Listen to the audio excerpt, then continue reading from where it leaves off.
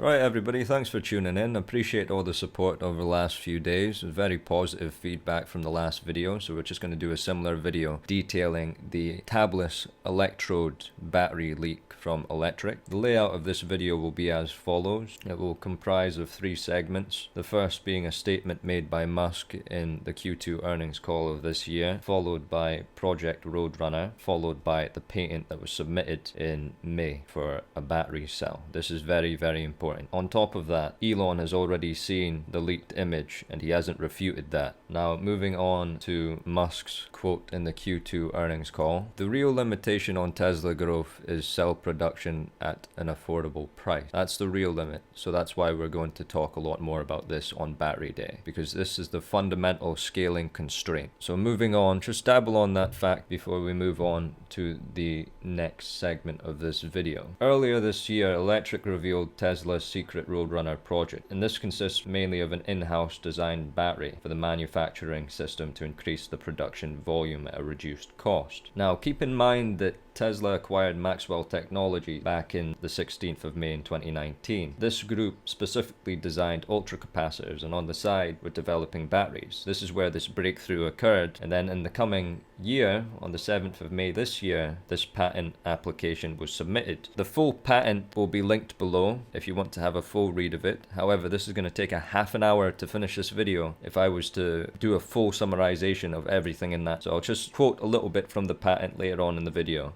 but you can have a read of that down below. Now, from what I could take from this new tabless electrode cell is it reduces the internal cell resistance for current paths, which improves performance, therefore increasing the density. The lack of tabs, essentially the bits that poke out on the end of say a AA or a AAA battery, is removed, and this allows for reduced costs and simplifies manufacturing. Now, there is currently a production line underway in Fremont. The Grumman Group, which is the automation group within Tesla, is building robots for high volume production for the pilot line in the Fremont and in the future Austin Gigafactory. To further validate this leaked image of the battery cell, an independent source was contacted and a confirmation was given that this is indeed the battery cell that will be unveiled on Battery Day. So, you take that for what it's worth. The internet's full of misinformation, so we will see on Battery Day, but there's a very, very high chance if Elon didn't refute it in the first place. Now, the implications that this has, as you'll see from the illustrations that I'll place on the video just now, is it's a double diameter, therefore 4 times the volume battery cell.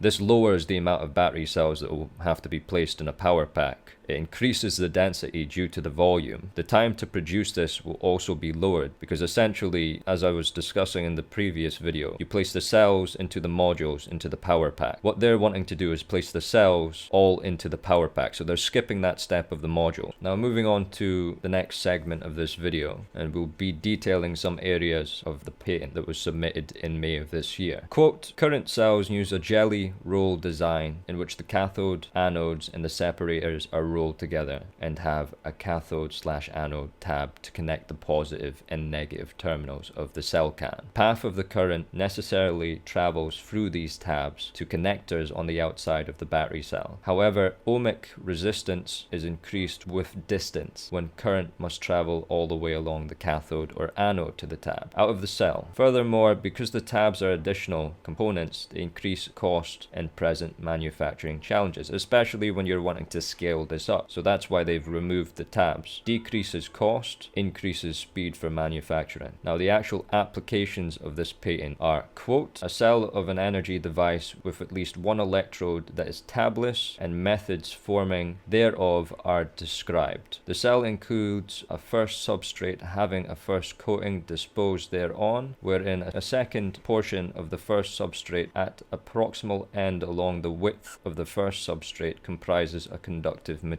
An inner separator is disposed over the first substrate, a second substrate is disposed over the inner substrate, the second substrate has a second coating disposed thereon, the first substrate, the inner separator, and the second substrate in a successive manner. The first substrate, the inner separator, and second substrate are rolled about a central axis. I've displayed some illustrations on the video above, so you can interpret that how you will. Like I said, this would turn into a half an hour video if I was videos to explain every piece of chemistry and physics about this. Feel free to have a read of the sources, they're all linked below. This is good stuff, this is really exciting stuff, because now we understand how they're wanting to go about scaling these batteries. It'll give us a leap in battery density development for future Tesla vehicles. Now, an interesting point is whether or not this will have a positive effect or a negative effect on the stock. Now, looking back on previous events, it's not the case that these revelations were negative. In fact, they were extremely positive, but at the time people didn't understand it, the significance of these revelations, and so the stock went down. Now, if you've read this articles, if you've watched my video, you're going to understand this is really important, so you're going to get it. Sadly, not everyone is. Feel free to push this video out as much as possible to people who don't understand it. Share it as much as you want. I don't mind people using the information in this video to spread clarity in regards to Tesla. That's not a problem whatsoever. Now, another interesting point that was stated back in 2018 was that around 250 watt hours per kilogram were being produced by Tesla's batteries. Now, with this innovation, this will likely increase it to 300 watts an hour. And if you can remember the previous video where I stated that electric aviation would be possible at 400 watts an hour, this is closing the gap. Like, we're going to get there soon, maybe in a couple of years, which will be really interesting. And just to finish off the video today, there is some new pictures of the Roadster. Boy, oh boy, that looks cool.